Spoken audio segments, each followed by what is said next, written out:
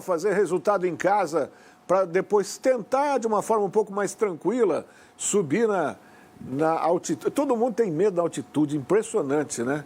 E é uma experiência horrorosa. Quem já subiu para fazer jogo na montanha sabe do que eu estou dizendo. Tudo bem, Jéssica? Boa noite. Tudo bom, Cacá? Boa noite, um abraço para você, para o Berna, Vitão, Ivan, todo mundo que está na audiência aqui do Bola. É exatamente isso, né, Cacá? Até porque o Flamengo volta às oitavas de final da Libertadores da América, né? Depois de um ano atrás ter caído justamente nessa fase ao perder para o Olímpia, né? A gente lembra que aqui no Maracanã construiu um placar de 1-0, aí no jogo da volta lá também acaba sofrendo um 3-1, 3 gols de bola aérea, e aí deixa escapar a chance de seguir vivo na competição. Então, de fato, hoje é fazer valer o fator casa. 60 mil ingressos foram vendidos de forma antecipada, ou seja, lotação máxima no Maracanã, maior parte de torcedores do Flamengo, evidentemente, fazendo ali aquele coro, empurrando a equipe para que o Flamengo consiga vencer esse primeiro jogo e construir esse resultado jogando em casa. Até porque na semana que vem, né, tem aquela questão também de calendário. O Flamengo vem de 3 jogos com 1 empate e 2 derrotas. Tá precisando também de um tempinho para poder oxigenar a equipe. E aí é aquilo, né, Cacá, também.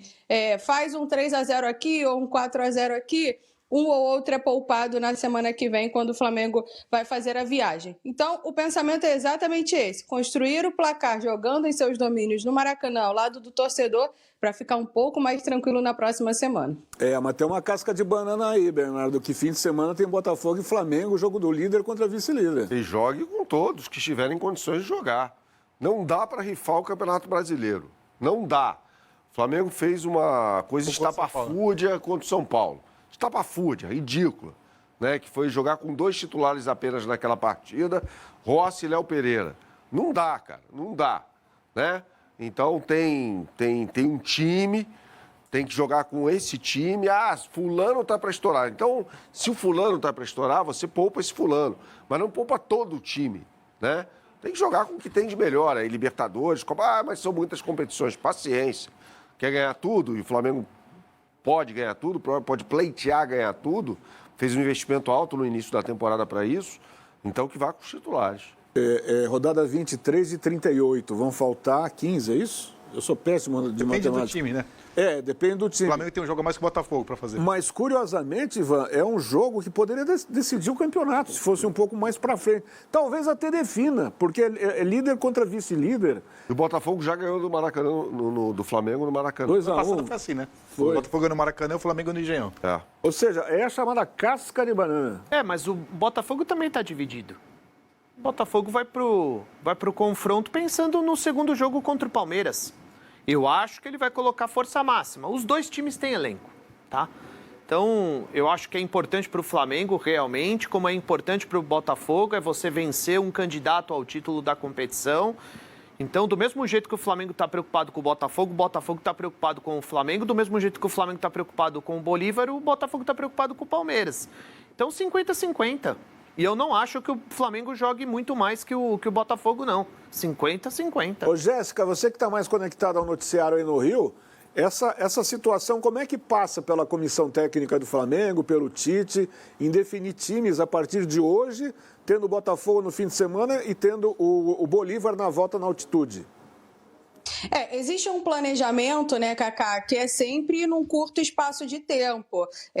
No futebol, quem planeja muito para frente acaba tendo que mudar tudo porque acontecem esses imprevistos, como, por exemplo, hoje o lado esquerdo do Flamengo com bastantes problemas, né, questões, porque o Cebolinha precisou passar por uma cirurgia de reconstrução no tendão de Aquiles, o Vinha está com um problema no joelho, também teve que fazer artroscopia, e o Bruno Henrique, por exemplo, está suspenso. O Flamengo não tem ponta esquerda para atuar, e se o Ayrton Lucas não conseguir completar 90 minutos, também não vai ter reserva para a lateral esquerda. Então, acontecem essas coisas que são da bola, né, do inerente ao jogo, e aí o planejamento meio que muda. Mas existe um planejamento a curto prazo de utilizar, principalmente, né, nos jogos do Flamengo construir esse placar, por exemplo, hoje, utilizando força máxima, porque o Tite vai levar a campo quem ele tem melhor, né, de melhor à disposição, não necessariamente são os melhores do elenco, mas é quem está ali 100% para poder jogar. existe esse planejamento de também ir com o time principal diante do Botafogo. Agora, se o Flamengo constrói esse placar um pouco mais confortável no jogo de hoje, um ou outro pode ser poupado da viagem na semana que vem. E aí seriam esses 3 primeiros jogos, né, da sequência aí de planejamento. E como eu falei, com esses imprevistos que sempre acontecem. Mas o pensamento é exatamente esse, utilizar quem tem 100% de condições, né? Quem está ali, quem está pronto para estourar, de repente, como o Berna falou, ficar um pouco mais no banco ou pelo menos iniciar a partida, só que ali nos 15 do segundo tempo acabar sacando. Existe um cuidado gigantesco, por exemplo, com o Arrascaeta, com o Dela Cruz, que são jogadores considerados fundamentais, principalmente no setor de criação do Flamengo, e que, entre aspas, não há ali um reserva à altura para poder substituir esses tais atletas. A gente viu que recentemente, por exemplo, o Dela Cruz não jogou e o Flamengo acaba sofrendo com a ausência desses jogadores que são consideradas peças-chaves, né, nesse esquema do técnico Tite. Então, o planejamento é mais ou menos esse. Mas aí, lesão, machucar, acaba acontecendo, né, Cacá? E as coisas mudam um pouco. Todo grande clube tem departamentos específicos que vão ver quilometragem de jogador, quanto tempo pode entrar em campo, se deve ser preservado, se deve jogar. E às vezes, Bernardo, o torcedor não entende isso, vai cobrar do técnico. Por que tirou fulano antes? Por que não colocou o outro jogador? E numa situação como essa, que é de altíssimo risco do Flamengo ficar fora, de repente, da sequência da Libertadores, ou perder contato com o líder no Campeonato Brasileiro, sempre vai sobrar para o técnico. Isso é inevitável. São institucional, a gente já falou muito sobre isso aqui no programa. Não é uma decisão só do Tite, nem pode ser uma decisão só do Tite. Veja, eu não vou negar a ciência aqui, pelo amor de Deus, né? Negacionismo a gente vê aos montes por aí. Mas... Engolir também qualquer desculpa sarrapada, né? Mas, você poupar todo mundo. Aí no jogo contra o São Paulo, o que acontece? Você poupa 9 jogadores. Aí no segundo tempo você coloca Gerson, Arrascaeta. Então, peraí, esses caras estavam aptos a jogar 45 minutos ou não? Já que levou, bote para jogar o primeiro tempo, pelo menos. O Flamengo foi amassado pelo São Paulo no primeiro tempo daquele jogo. São Paulo faz 1-0 na segunda etapa, mas poderia ter feito gols nos primeiros 45 minutos ali, entendeu?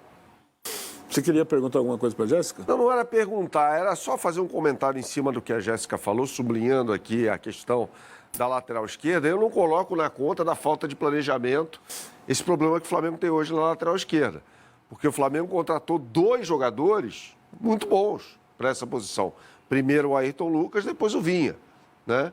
Então, você tem 2 jogadores de altíssimo nível. Aí, como disse a Jéssica, com propriedade, entra na conta do imponderável, né?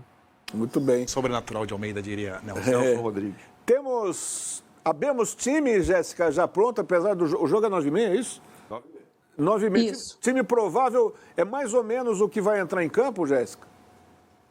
Não deve fugir muito não, Cacá, até mesmo pensando nessa condição aí do ataque do Flamengo estar um pouco desfalcado, a gente tem um provável assim que a gente coloca na tela, é muito difícil que o Tite faça algo diferente, né? O Rossi é o goleiro, o Wesley na lateral direita, tem a possibilidade do Varela, mas é muito mais forte essa questão do Wesley começando a jogar na lateral direita, né? Um jogador que inclusive está valorizado, né, no Flamengo, está com uma proposta do Atalanta em mãos de 120 milhões, né? E o Flamengo já até aceitou, só que está pelo Wesley aceitar ou não ir para a Itália. E aí o Fabrício Bruno e Léo Pereira na dupla de zaga com o Ayrton Lucas na lateral esquerda. Meio campo, Pulgar, Dela Cruz e Arrascaeta.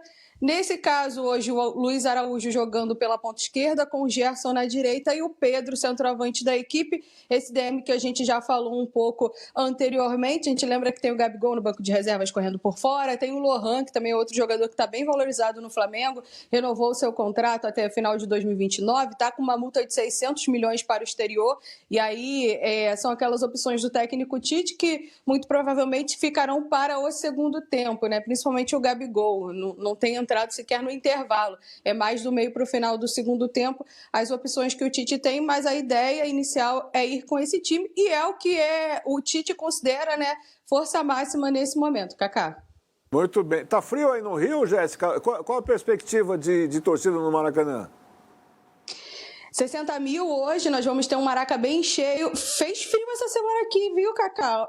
Não é frio de carioca não, tá? 19 graus, 17, 15 em alguns momentos, mas hoje até que deu uma esquentada, 22 graus, 25 mais ou menos. Então tá aquele climinha agradável, um bom dia de quinta-feira com Libertadores, um bom dia para ir ao Maracanã acompanhar o Flamengo.